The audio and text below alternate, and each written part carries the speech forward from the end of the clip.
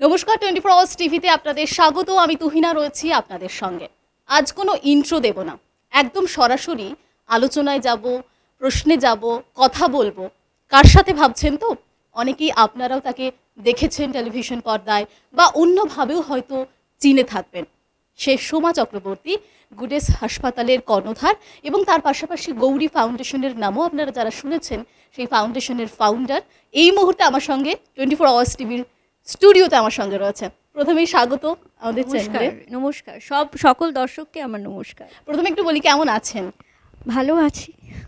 বেশ, এই মুহূর্তে দাঁড়িয়ে এবং সত্যি কোথাও গিয়ে ভালো থাকাটা আমাদের প্রত্যেকের ভীষণভাবে জরুরি। তাই প্রথম কোয়েশ্চেনটা আমি এটাই করলাম যে কেমন আছেন। একদমই আমি অফ ক্যামেরা, আমি একটু দর্শকদের বলবো, অফ ক্যামেরাতে যখন কথা বলছিলাম সোমা ম্যাডামের সঙ্গে, তখন আমরা জানি অফ ক্যামেরা অন ক্যামেরা দুটো সম্পূর্ণ আলাদা, কিন্তু আমি একটু এখানে বলবো একটা সংবাদ মাধ্যমের ওপরে একটু মিষ্টি ক্ষোভ বা একটু বলতে পারি সিরিয়াস ক্ষোভও কিন্তু ওনার আছে।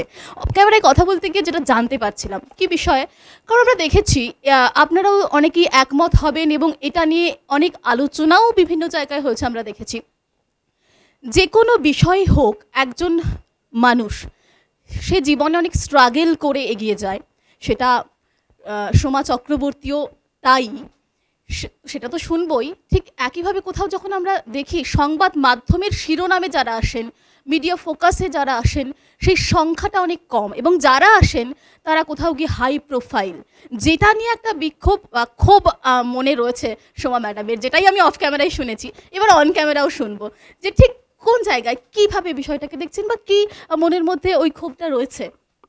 না, এখানে ক্ষোভ বলা না, এখানে আমি আমার জন্য বলছি না, আমি সবার জন্যই বলছি। অ্যাকচুয়ালি যেটা আমার চাওয়া, আমার সাথে হয়তো সবাই একমত হবে যে এখানে অনেক অনেক মিডিয়া বন্ধুরা হয়তো আমার উপর রেগে যেতে পারে। কিছু করার নেই আমার উপর রাগলে, কারণ এটা আমরা আলোচনাটাই করছি খোলামেলা, তো সেই ক্ষেত্রে আমি খোলামেলা জবাবই দেব। তো একটা কথা হচ্ছে যে আমাদের পুরো সংবাদ মাধ্যম মিডিয়া প্রচণ্ড বেশি ফোকাস অন বলিউড, টলিউড স্টারদের প্রতি, সেই ক্ষেত্রে আর পলিটিক্সের প্রতি।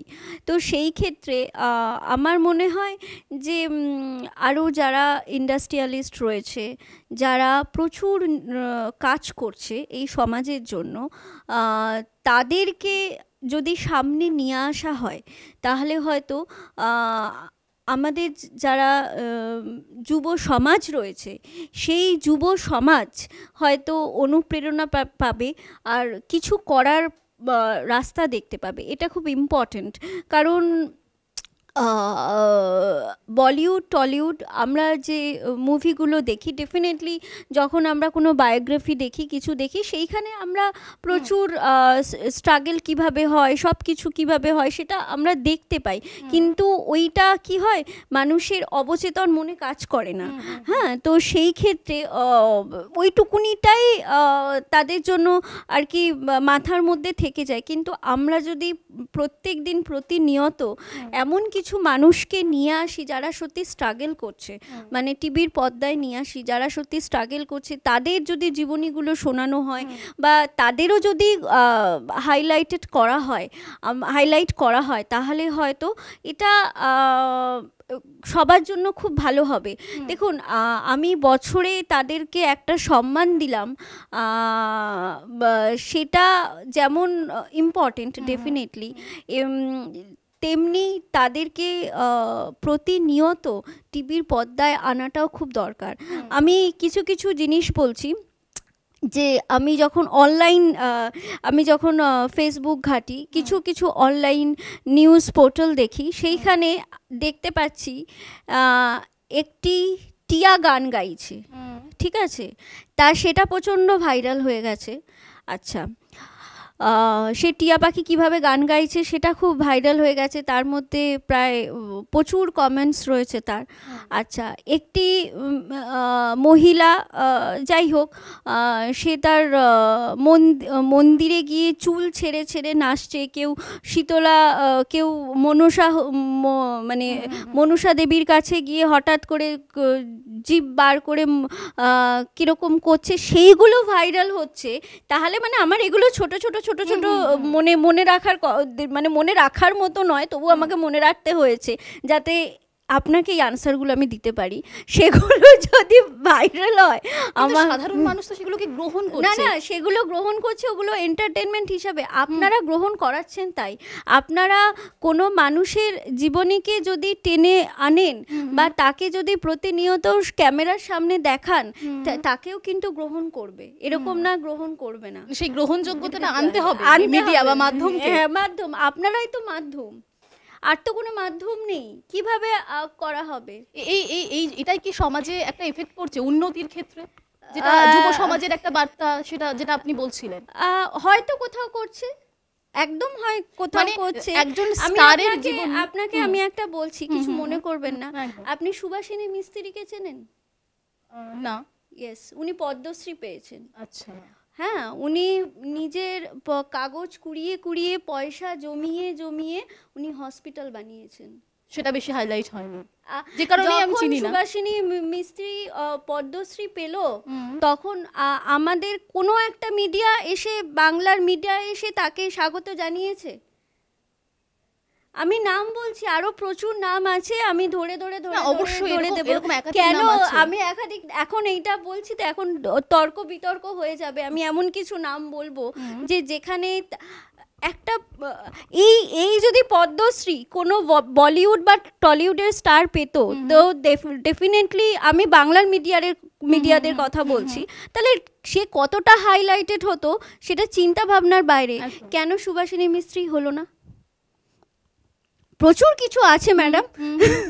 একদমই, আমি সেখানেই বলছিলাম এই গ্রহণযোগ্যতা, যেটা হচ্ছে আপনি বলছিলেন যে স্টারেদের জীবনী আমি দেখছি বা তার স্ট্রাগল পিরিয়ডটা আমরা দেখছি, সেটা সংবাদ মাধ্যম হোক, সোশ্যাল মিডিয়ার দৌলতেই হোক, সেটা মানুষের গ্রহণযোগ্যতাটা কিভাবে সেটা একটা মানুষ নিচ্ছে, এবং সেটা দেখে আপনি বলছেন যে অনুপ্রেরণা যতটা না হচ্ছে, একজন সাধারণ মানুষের সাথে আমি একজন সাধারণ মানুষ সেটা বেশি রিলেট করতে পারি। একদম, এই জায়গায় এই ফোকাসটা বেশি করে দরকার। একদম একদম। না হলে আপনি যদি একটা সাধারণ মানুষের, আমি সবাই সাধারণ, আমি কাউকে, সে অসাধারণ হয়ে উঠছে আস্তে আস্তে করে, সেই যে অসাধারণ হয়ে ওঠার জন্য সে যে জীবনের যে প্রত্যেকটা পাঠ পেরিয়ে এসছে, যে তার যে জীবনের লড়াইটা, হয়তো আপনিও নিজে হয়তো নারী, আপনি রিলেট করতে পারবেন যে সুভাষিনী মিস্ত্রি কেন হসপিটালটা করেছিল, কি কারণে করেছিল। সে একটা মানে পরের বাড়িতে কাজ করে কাগজ কুড়িয়ে আপনি একটা 100 বেডের হসপিটাল করা, মানে বুঝতে পারছেন যে কি তার স্ট্রাগল গেছে, কিভাবে সে করেছে। তো সুতরাং আমি পার্সোনালি আমি ওনাকে হ্যাটস অফ করতে চাই। আর আমি এইবারেও ঠিক করেছি, এই বছর আমাদের হসপিটাল থেকে উইমেন্স ডে সেলিব্রেশন করা হয়, প্রত্যেক বছরই করি, তো আমি তাকে আনবো ডেফিনেটলি। তো আমার কাছে যদি একটা মিডিয়ার জায়গা থাকতো, আমি তো এইরকম সবাইকে হাইলাইট করতাম। তো এই কারণে এটা সব মিডিয়া বন্ধুদের কাছে আমার বার্তা, যে যারা প্রতিনিয়ত, ইভেন যারা ইয়াং জেনারেশনেও যারা আসছে, কেউ ক্যাফে খুলছে, কেউ বিভিন্ন রেস্টুরেন্ট খুলছে, যা স্টার্ট আপ কেউ খুলছে, তো তাদেরকে সামনে আনুন। তারা শুধু শার্ক ট্যাঙ্কে গিয়ে নিজেকে সামনে দেখবে এরকম না। আমাদেরও বাংলায় কিছু মিডিয়াদের আমি বলছি, কিছু করা হোক, যারা সামনে আসতে পারে, তারা তাদের স্ট্রাগলটা শোনাতে পারে, আর যাতে আরও প্রচুর লোক অনুপ্রেরিত হয় কিছু কাজ করবার জন্য। যত আমরা শুনবো তত বেশি কাজ করার স্পৃহা জাগবে, আর যত আমরা কম শুনবো তত বেশি মানুষ পশ্চিমবঙ্গ থেকে বাইরে চলে যাবে, ভারতবর্ষ থেকে বাইরে চলে যাবে। একদম। আমি কিন্তু একজন মিডিয়া পার্সন এবং সংবাদ মাধ্যমে কর্মরতা হয়ে একজন সাংবাদিক হয়ে সোমা চক্রবর্তীর সঙ্গে একমত হয়েছি। অবশ্যই আমি বলবো ঠিক তাই, কোথাও গিয়ে আমরা আমাদের যতটা বাধ্যবাধকতা রয়েছে এবং যতটা আমাদের ক্ষমতা আছে, 24 আওয়ার্স টিভির যতটা ক্ষমতা রয়েছে, সেই জায়গায় দাঁড়িয়ে আমরা কিন্তু চেষ্টা করছি, যেটা আপনি বললেন যে ট্রেন্ডে গা ভাসিয়ে নয়, কোথাও গিয়ে তার থেকে একটু আলাদাভাবে কাজ করার চেষ্টা করছি। Thank you.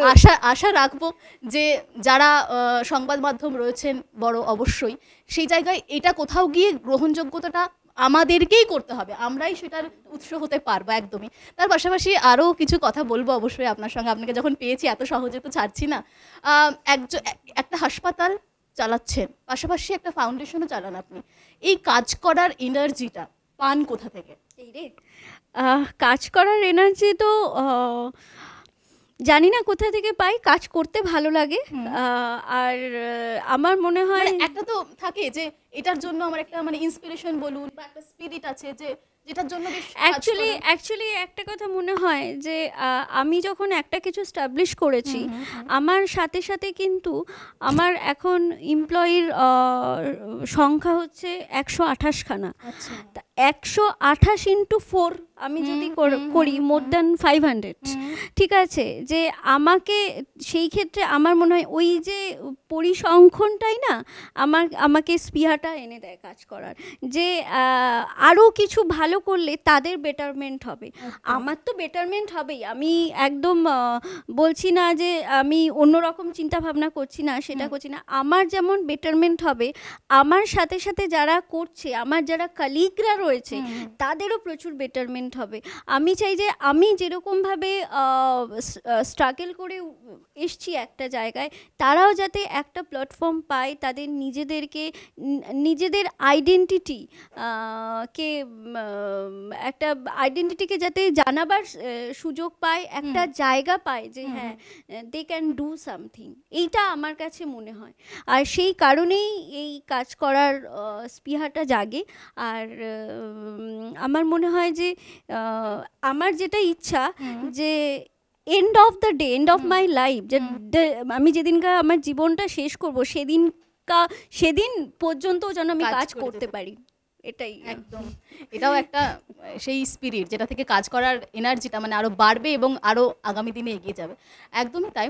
তার পাশাপাশি একটা কথা আমার মনে পড়লো, এক্ষুনি আপনি বলছিলেন যে কোথাও গিয়ে আমার হাতে যদি একটা মিডিয়া থাকতো তাহলে আমিও কিন্তু এই ধরনের কাজগুলোই করতাম, আমিও দেখিয়ে দিতাম। সেই জায়গায় দাঁড়িয়ে আপনি তো একজন সমাজকর্মীও, সমাজেও কাজ করেন। যদি এরকম কোনো কিছু আসতো সোমা চক্রবর্তীর হাতে, তাহলে সমাজের কোন স্তরগুলোই, কোন খামতি রয়েছে যেগুলো সোমা চক্রবর্তী চেঞ্জ করার চেষ্টা করতো? চেঞ্জ তো আমি যদি এখন ভাবি যে সমাজের প্রত্যেকটা স্তরেই চেঞ্জ করা দরকার, হ্যাঁ ঠিক আছে, তো সেই ক্ষেত্রে ওইভাবে তো পুরোপুরি আমি রাতারাতি তো আমি আমাদের যে সোশ্যাল ব্যারিয়ার রয়েছে বা তার যে ভাগ রয়েছে বা যে সমাজ নীতি রয়েছে, আমি চেঞ্জ করতে পারবো না। কিন্তু হ্যাঁ, প্রচেষ্টা থাকবে আমি কোন কোন জায়গায় চেঞ্জ করব, সব জায়গায় চেঞ্জ করা দরকার, কোন জায়গায় না চেঞ্জ করা দরকার। আমাদের চাকরির ক্ষেত্রে চেঞ্জ হওয়া দরকার। আমরা কেন বাঙালিরা, আমি বেসিক্যালি বলতে চাই, কেন বেশি করে ব্যবসায় আসছি না, আরও আমাদের বাঙালিরা ব্যবসায় আসুক, যাতে পশ্চিমবঙ্গ একটা জায়গায় পৌঁছিয়ে যায়। আমি তো যখনই কোনো বাঙালিদের বাইরে পাই বা ব্যবসা করতে আমি দেখি, ইভেন আমি কিছুদিন আগে দুবাইতে গিয়েছিলাম একটা অ্যাওয়ার্ড শোতে, তো সেই ক্ষেত্রে আমি একজন জামশেদপুরের ভদ্রমহিলাকে দেখলাম, তো আমার ভীষণ ভালো লাগলো। কোথাও যেন সে গিয়ে নিজের ওখানে ব্যবসা করছে। তারপরে আরেকজনকেও পেলাম, সে বড় একটা কোম্পানির ইন্স্যুরেন্সে রয়েছে, সে নিজের কিছু করার চেষ্টা করছে। তারপর দিল্লিতেও যখন গিয়েছিলাম আমি দেখেছিলাম, তো যখনই বাঙালি মহিলা হোক পুরুষ হোক কিছু করে, ব্যবসা সংক্রান্ত কিছু করে, তখনই আমার যেন খুব ভালো লাগা। এই ভালো লাগাটা তো সেই এই জায়গাটাকে আমি চাই যে যত বাঙালিরা ব্যবসা করছে তাদেরকে আরও বেশি, মানে যদি আমার হাতে মিডিয়ার কোনো জায়গা থাকতো, তাদেরকে বেশি করে হাইলাইট করা, তাদেরকে বেশি করে অনুপ্রাণিত করা যে হ্যাঁ you can do something, do more and more, that's my. আর মেয়েদের জন্য মানে আমি দেখেছি আপনি কিন্তু নারীদের জন্য বা তারাও যখন এর আগেও আমি আপনার নিউজ করেছি এবং সেখানে আপনার একটা বক্তব্যে আমার একটা কথা মনে আছে যে যেখানে মেয়েদের কাজের জন্য নিজের পায়ে দাঁড়ানোর জন্য একটা কোনো কাজ হয় সেখানেই সোমা চক্রবর্তী একদম পৌঁছে একদম যায়। একদম একদম তাদের একদম। জন্য কি করার ইচ্ছে আছে তাদের জন্য তো প্রচুর কিছু করার ইচ্ছা আছে। আমি আগেও বলছি যে যদি কোনো মহিলা বা কেউ তারা নিজেরা কিছু করতে চায়, যদি আমার সামর্থ্যের মধ্যে থাকে যে সেই জায়গায় তাকে পৌঁছিয়ে দেবার, তো ডেফিনেটলি আমি সেই কাজটা করব। একদম। এই মুহূর্তে অনেকেই আছে কিন্তু টিভির ওপারে যারা দেখছে, আপনাকে দেখছে এবং আপনার কথা শুনছে, তারা ইন্সপায়ার্ড হচ্ছে নিজের পায়ে দাঁড়ানোর জন্য, কারণ মেয়েদের জন্য তো এই স্ট্রাগলটা আরো কঠিন। অনেকে ভাবেন কিন্তু পেরে ওঠেন না। অ্যাকচুয়ালি আমি এইখানে একটু ইয়ে করব, বাধা দেব এই কথাটা। কঠিন বলে কোনো কিছু হয় না আমাদের। আমি আগেও বলেছি যে আমাদের প্রতিকূলতার মধ্যে দিয়েই জীবনকে নিয়ে যেতে হয়। একটা মেয়ে মহিলা যখন মা হওয়ার বেদনা সহ্য করতে পারে, ব্যথা সহ্য করতে পারে, তার চেয়ে কঠিন পৃথিবীতে কিছু হয় না কিন্তু। তো সেই ক্ষেত্রে আমার মনে হয় যে সেইটা যতটা কঠিন না, তা যেইভাবে সহ্য করে একটা মহিলা, তো সেই ক্ষেত্রে ওই মহিলা, আমরা মেয়েরা সব কিছু করতে পারি, দ্যাট ইজ ইম্পর্টেন্ট। তো সেই ক্ষেত্রে কোনো ওই যে ব্যথা যে মনে রাখে, এখন হয়তো লোকে বলবে, এখন আগেকার দিনের মানুষরা, এখন তোরা ব্যথা কি সহ্য করিস, তোরা তো সিজারিয়ান সেকশন করা হ্যানা ত্যানা। আমি বলছি সিজারের পরেও যে ব্যথা হয় সেইটাও সহ্য করা খুব কঠিন।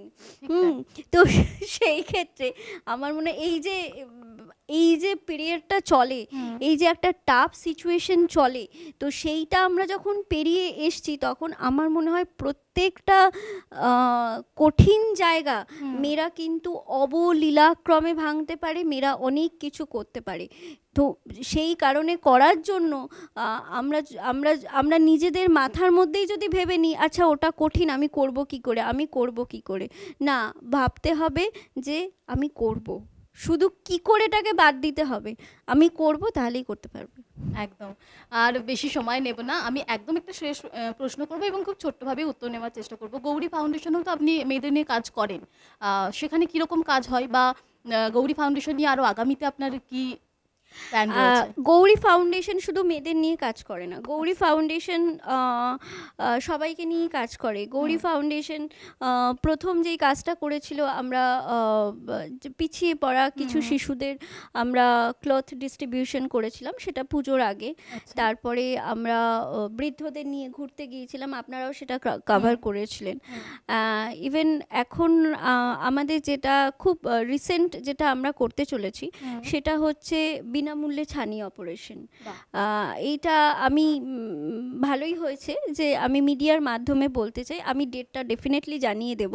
আমরা বিনামূল্যে, যাদের মনে হচ্ছে যে অর্থনৈতিক দিক দিয়ে যারা দুর্বল, যারা পাচ্ছে না, তারা অবশ্যই আমাদের সাথে যোগাযোগ করতে পারেন। গৌরী ফাউন্ডেশনের নাম্বার আপনারা পেজে গেলেই দেখতে পাবেন, সেইখানে আপনারা যোগাযোগ করে আপনারা যাদের ছানি অপারেশন করা বা দরকার আছে, আপনারা যোগাযোগ করতে পারেন। এই ছানি অপারেশনের পর আমরা একটা অ্যাওয়ার্ড শো করব, সেইখানে যারা অ্যাসিড অ্যাটাক মহিলারা রয়েছে, তাদের নিয়ে একটা শো করব। এই ধরনের কিছু কাজকর্ম করার ইচ্ছা রয়েছে। এটাও কিন্তু সমাজের কাছে একটা বড় বার্তা।